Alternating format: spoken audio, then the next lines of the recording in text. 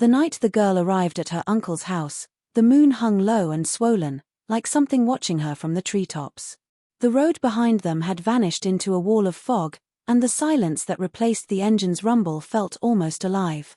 She stepped out of the car clutching a canvas bag, everything she owned folded into a space far too small for a childhood, and tried to make sense of the house before her. It stood tall but crooked, its wooden frame groaning against the wind as though it resented her arrival. Her uncle placed a heavy hand on her shoulder, guiding her toward the sagging porch with a smile that never reached his eyes. Inside, the air was thick with dust and the faint scent of something sweet and rotting. Dozens of old portraits lined the walls, each face pale and expressionless, each pair of eyes following her as she moved. She paused at one, a young girl no older than she was, dressed in old-fashioned lace, her expression hauntingly resigned. Her uncle's voice broke the stillness, too calm, too rehearsed, reminding her that family traditions were important here, that she would learn them soon enough. She didn't understand the warning buried in his tone, nor the way his gaze lingered on her as though she had stepped directly into a role she didn't know she'd been cast for. The floorboards creaked under her feet as she climbed the narrow staircase to her room. She tried to ignore the way the house seemed to breathe around her, exhaling faint murmurs she could almost decipher.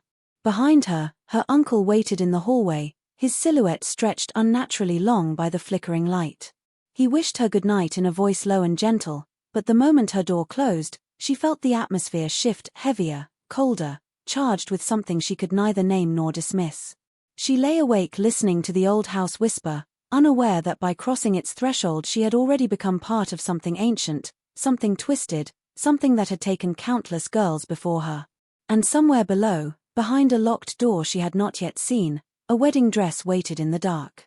Key point number 1 begins with the girl being sent to live with her uncle after her mother's sudden and unexplained breakdown, a moment that shatters the fragile stability of her young life.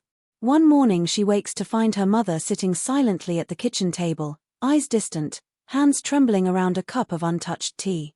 Within hours, neighbors whisper, authorities move quietly, and she is told to pack a small bag.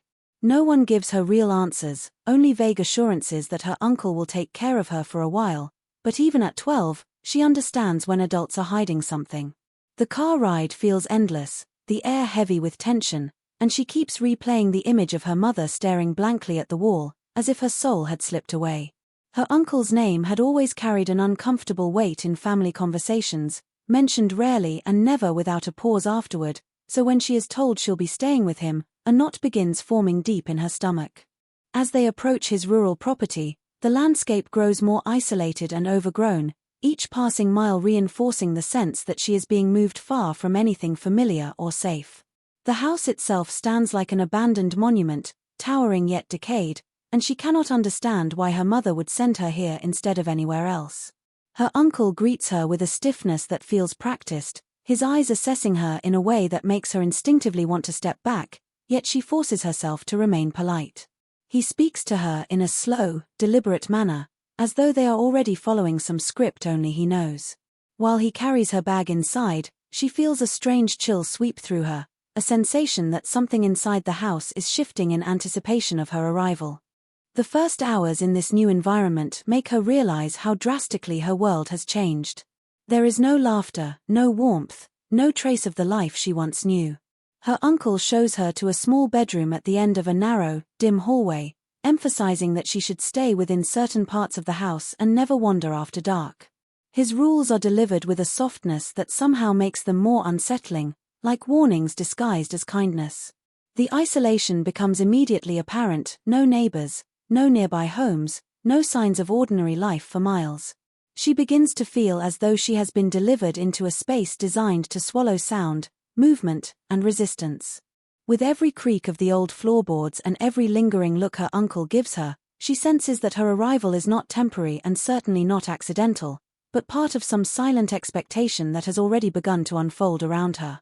Key point number 2 unfolds gradually, beginning with the girl noticing strange fragments of information about her family's marriage traditions, details never spoken openly but woven into the fabric of the old house and its history. At first, it is the subtle remarks from townspeople that unsettle her. When her uncle takes her into town for supplies, elderly residents glance at her with a mixture of pity and fear, whispering behind cupped hands as though her presence confirms a rumor they hoped would never resurface. A woman at the general store grips her wrist gently and murmurs that some family legacies should have died long ago, but before she can ask what that means, her uncle appears, smiling too widely, and ushers her away. His sudden change in demeanor each time someone mentions family history makes her feel trapped between curiosity and dread. Inside the house, she discovers old journals and letters tucked inside drawers that seem untouched for decades. The handwriting is delicate, almost fragile, like the thoughts of someone who was afraid their words might be found. Some entries speak of rights, duties, and unions decided by blood, phrases the girl doesn't understand but instinctively recoils from. One journal, written by someone named LM, contains entries from when the writer was around her age, describing strange ceremonies held in the woods behind the house. Though the descriptions are vague, the fear in the writer's words is unmistakable, and the girl senses that the tradition was not something embraced but endured. Each discovery feels like a piece of a puzzle she doesn't want to finish, yet cannot stop assembling. Her uncle avoids answering any questions about these journals. When she asks who LM was, he simply tells her not to touch things that don't belong to her and insists that certain stories were exaggerated by bitter relatives. His dismissals sound rehearsed, and his overt calmness only sharpens her suspicion that the truth is far more disturbing than he lets on. She notices how he reacts each time she lingers near the locked cabinet in his study where he keeps old family documents. He hovers closer, his breath tightening, as if guarding a secret bound not just by wood and metal but by blood. The girl also overhears conversations she was never meant to hear, late-night phone calls in which her uncle speaks in low, harsh tones about preparing her and doing things properly this time. The phrase "this time" echoes in her mind, suggesting a lineage of events that had taken place long before she was born. Bit by bit, she begins to realize that the family she was taught to respect and trust has followed a pattern for generations, one that binds girls like her into roles they never chose. Even without the full truth, she can feel the weight of those traditions pressing down on her, tightening like a shadow she cannot step out of. Key point number 3 begins with the uncle slowly reshaping the girl's world by cutting away every connection she once had, all under the guise of care and protection. At first, his restrictions seem subtle, almost reasonable, presented as temporary adjustments to help her settle in. He tells her that the school is too far and the weather too unpredictable, promising to arrange homeschooling once things calm down. Days pass, then weeks, and no lessons ever appear. Instead, he gives her thick, outdated books filled with strange genealogies and family codes, insisting that learning about her heritage is more important than anything taught in classrooms. Whenever she asks about returning to school or calling her old teachers, he smiles tightly and tells her the world outside doesn't understand their family and never will. He takes away her phone next, claiming it is unsafe for a child to have so much access to strangers. He says there are people who might try to manipulate her, people who might want to separate her from the only remaining family she has left. The lie is thin, but his conviction is suffocating. Letters she writes to her mother are collected by him, sealed in envelopes she never sees again, and he assures her they've been mailed even though she never receives a response. Over time, she notices he checks the mailbox before she's awake, always empty-handed when he returns. When she asks to visit her mother, he tells her she isn't well enough for visitors, repeating it so often that it becomes a rehearsed mantra. The isolation deepens as the uncle controls her physical movements within the property. He locks the gate leading to the road and takes the key with him every time he steps out. He installs heavy latches on the doors and reminds her that the woods surrounding their land are full of hidden dangers, wild animals, sinkholes, old mines. His warnings grow more vivid each day, painting the outside world as something threatening and corrupt. She begins to realize that these stories are not meant to protect her but to confine her, shaping her thoughts until she cannot imagine leaving without fear gnawing at her. Even inside the house, she feels his watchfulness tightening. He appears in doorways unexpectedly, lingering just long enough to remind her that he sees everything. He comments on how often she looks out the window, asking what she expects to find out there. His voice is always calm, but there is a tension beneath it, as if her curiosity itself is a threat to the order he is constructing. The girl slowly feels as though every path leading outward has been cut off, leaving her walking circles inside a life shrinking around her day by day, her independence dissolving as her uncle molds her world into a cage disguised as family. Key point number 4 marks the moment everything shifts from unsettling to terrifying, beginning on the night she turns 12. Her uncle spends the entire day moving through the house with a kind of nervous excitement she has never seen before, humming to himself as he polishes old furniture, lights candles in rooms normally kept dark, and prepares a meal far too elaborate for a household of 2. She senses something wrong immediately, but each time she asks what they are celebrating, he only smiles and tells her that 12 is a very important age in their family, an age where childhood ends and responsibility begins. His tone is too gentle, too rehearsed, and she feels a heaviness settling in her stomach as the daylight fades. When night falls, he asks her to dress in a pale linen gown he places on her bed, explaining that it once belonged to a girl in the family who wore it during a rite of passage. The fabric feels cold against her skin, and she notices faint stains near the hem that make her heart thud uncomfortably. As she descends the stairs, the entire house seems transformed.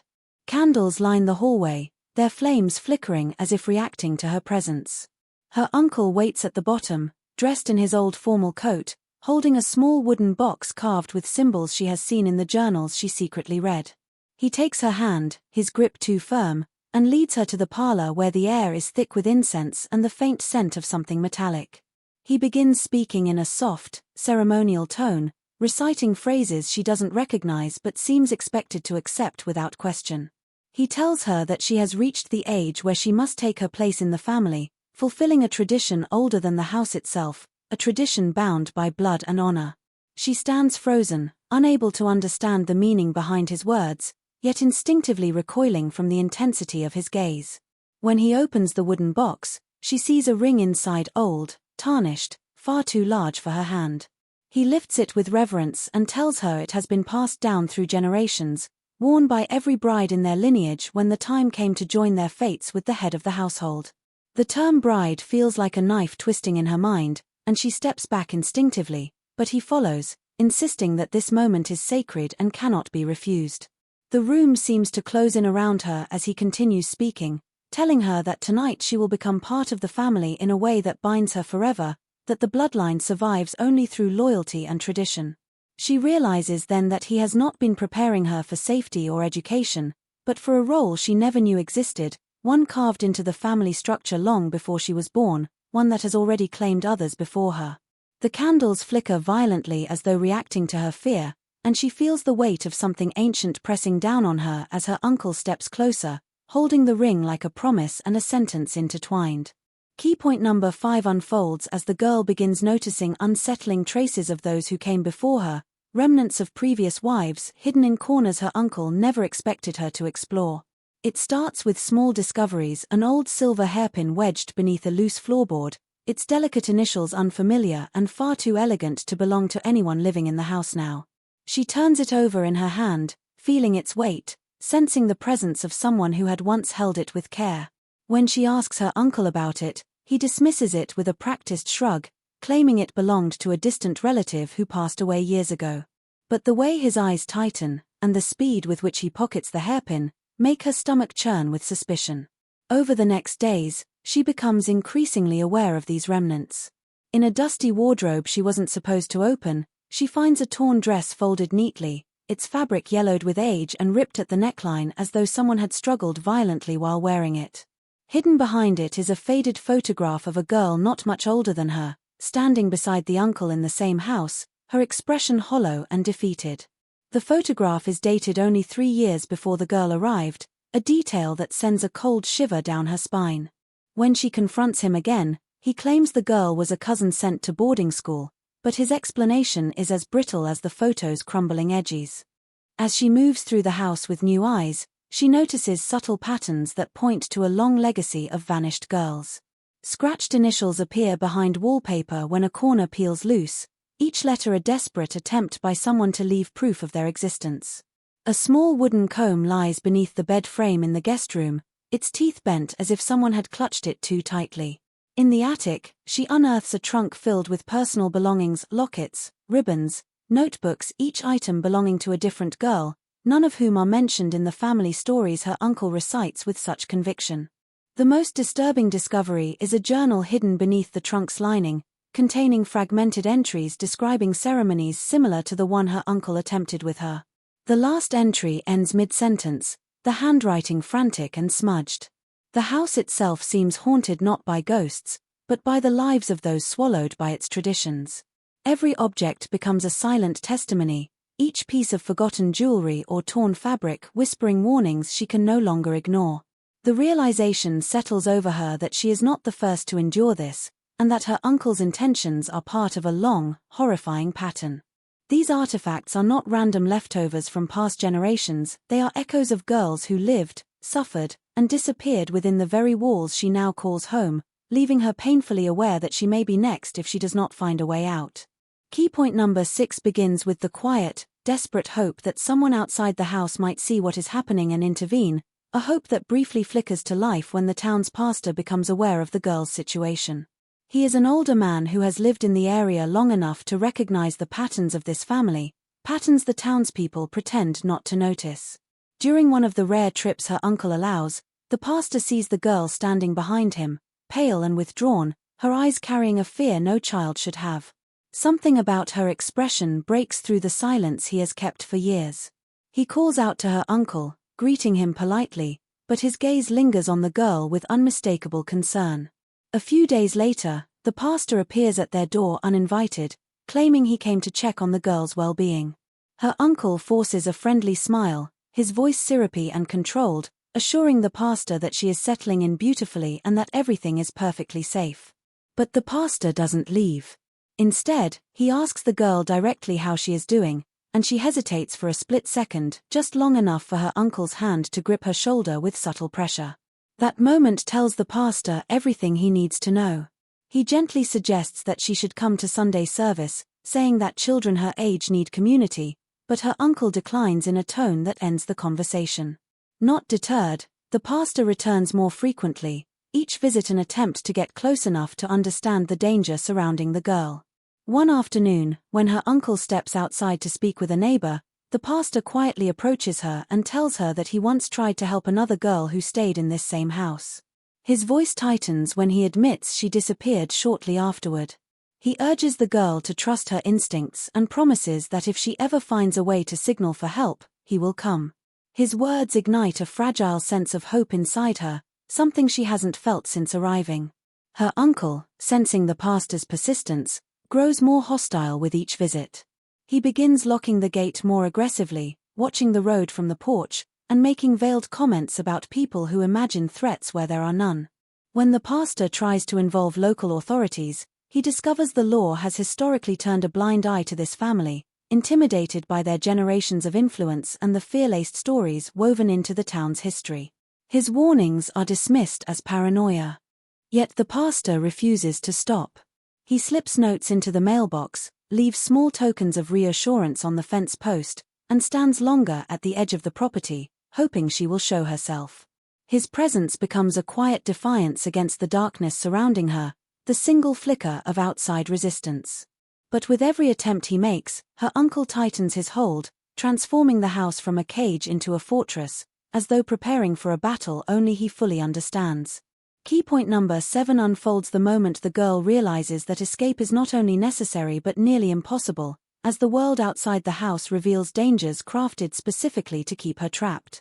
Her first attempt comes late at night, when her uncle falls asleep in his chair and the house finally stops creaking beneath the weight of his footsteps.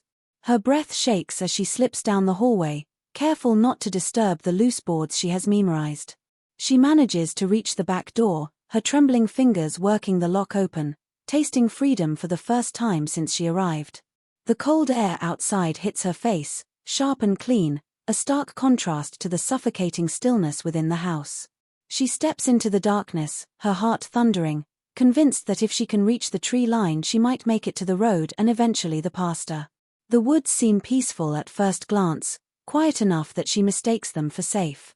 But as she moves deeper, branches snapping under her feet, she begins to sense something unnatural in their arrangement. The path winds in strange loops, leading her back to spots she swears she already passed.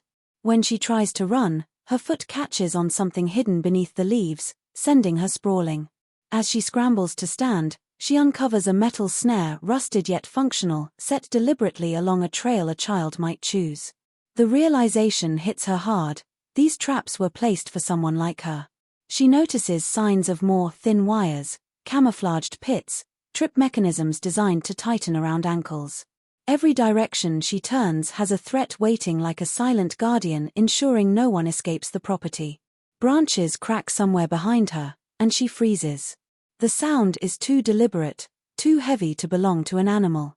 She sees faint flashes of movement, silhouettes that disappear the moment she stares directly at them.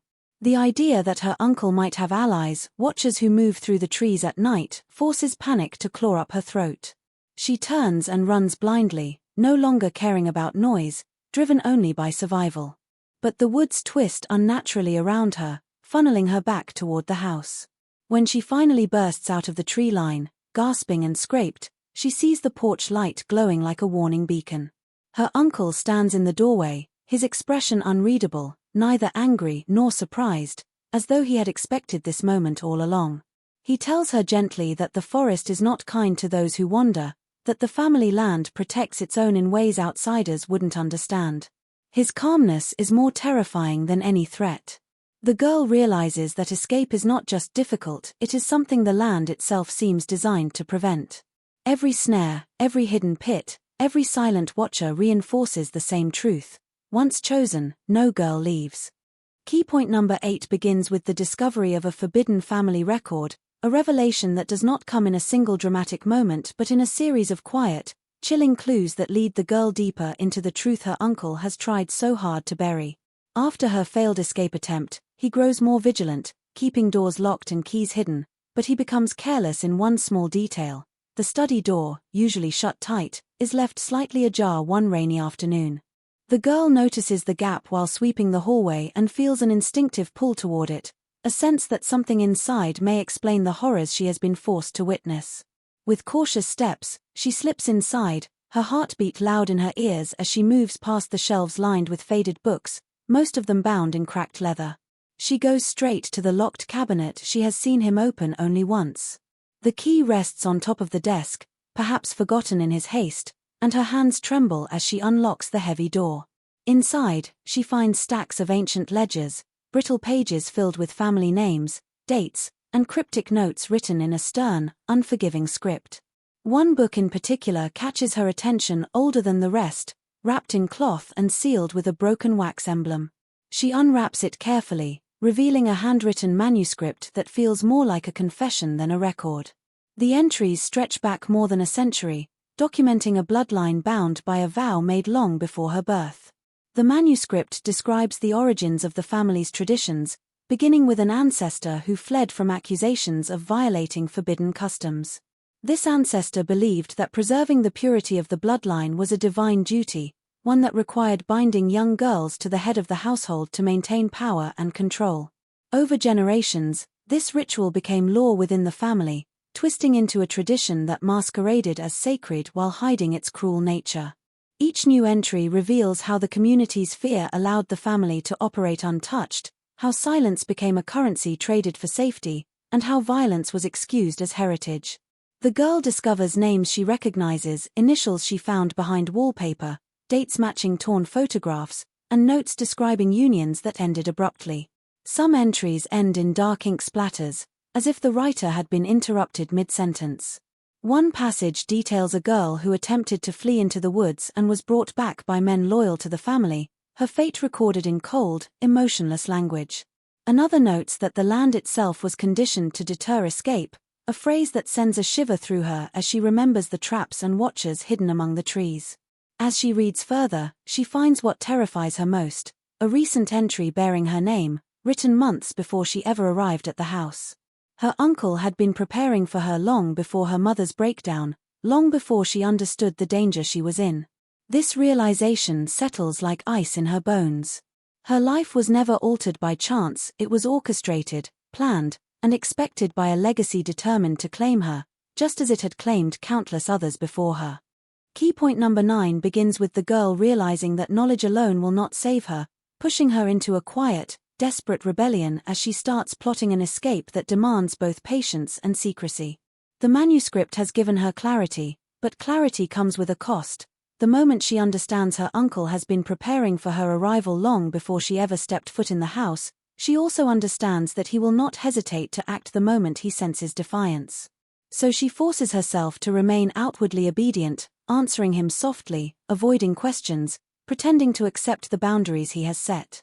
Her compliance becomes a mask she wears with growing skill, a fragile illusion designed to buy her time. She studies his routines with sharp, calculating attention: when he sleeps, when he checks the locks, which keys he keeps on his belt, which he leaves in the study without thinking. Her rebellion begins in small, hidden moments. She memorizes every creak in the floorboards, marking safe paths in her mind. She steals a single match from the kitchen and hides it behind a loose panel under her bed. She takes scraps of cloth from old clothing, braiding them into a makeshift rope she quietly coils beneath the mattress. She listens through walls, piecing together fragments of conversations her uncle believes she cannot hear. Every day she works silently to construct an escape plan, knowing she may get only one chance, and failure will mean becoming another lost name in the family ledger. But as she gathers courage, she also begins noticing subtle signs that her uncle is preparing for something too. He starts locking his study again, double-checking the doors, pacing the hallways at night as though anticipating movement. He speaks to her in a gentler tone, which terrifies her more than his anger ever could. He tells her he is proud of how mature she has become, how well she is embracing her place, phrases loaded with meaning she cannot ignore. Each day he seems to watch her more intently, his gaze lingering a second too long, studying her as though reading her thoughts. She realizes with dread that he senses a shift in her, even if he cannot pinpoint its cause. One night, while he sleeps in his chair as he often does, she tests the rope she has made by lowering it from her window. The drop is steep, and the rope feels fragile, but it is the only option she has. As she pulls it back inside, a floorboard creaks in the hallway. She immediately freezes, holding her breath as her uncle's shadow darkens the crack beneath her door. He stands there silently for a long moment, long enough to make her tremble, as though deciding whether to enter. Eventually he walks away, but the fear he leaves behind grips her like a hand around her throat. She understands then that time is running out. Her uncle is growing suspicious, and the manuscript's recent entry proves that whatever ritual he has planned is approaching. The house feels tighter, the air heavier, every movement watched. She knows she must escape soon because the next step in her family's twisted tradition is no longer a distant threat. It is coming, inevitable and close, and if she waits too long, the opportunity will vanish along with any hope of surviving. Key point number 10 begins with a tension that has been building for weeks finally reaching a breaking point, a night when the fragile balance holding the girls' world together collapses in a single, violent chain of events.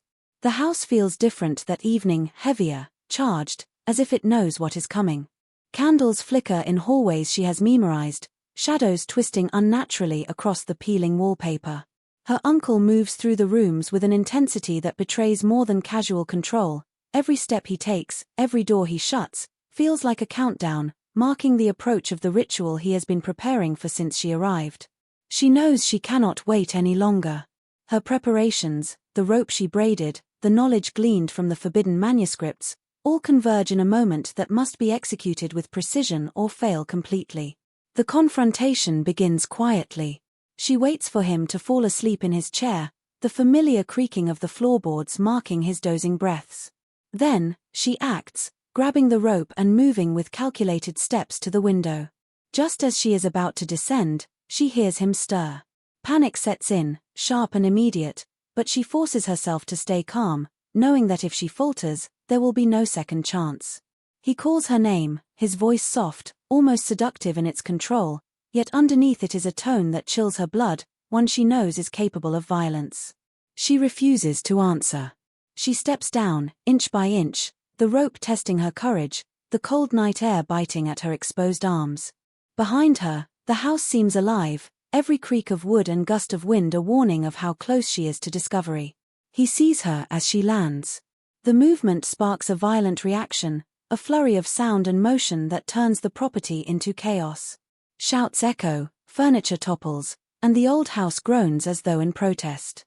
She runs, branches slashing at her face, roots threatening to trip her, but the fear drives her faster than exhaustion. He follows, relentless, but something shifts, a misstep, a miscalculation, a weakness in his control. Flames erupt suddenly, smoke curling through the trees as she stumbles toward a narrow gap between two old barns. The fire spreads quickly, consuming wood and paper, smoke filling the night sky, turning familiar landmarks into a hellish maze. The roar of the blaze drowns the sounds of pursuit, giving her the sliver of advantage she desperately needs. By dawn, the homestead is unrecognizable. The fire has consumed its secrets, its walls, and much of its history, leaving only the charred skeleton of what once imprisoned generations. She emerges, scorched, blooded, but alive, the first survivor in decades to break the cycle. The town stirs, whispers spreading about the inferno and the girl who came out of it. Authorities investigate, questions are asked, and the darkness that allowed the family's horrors to persist for so long is forced into the light. She stands among the ruins, realizing that her escape has not only saved herself but shattered a legacy, leaving only fragments of a bloodline that thrived in silence and fear, now exposed to scrutiny for the first time in generations.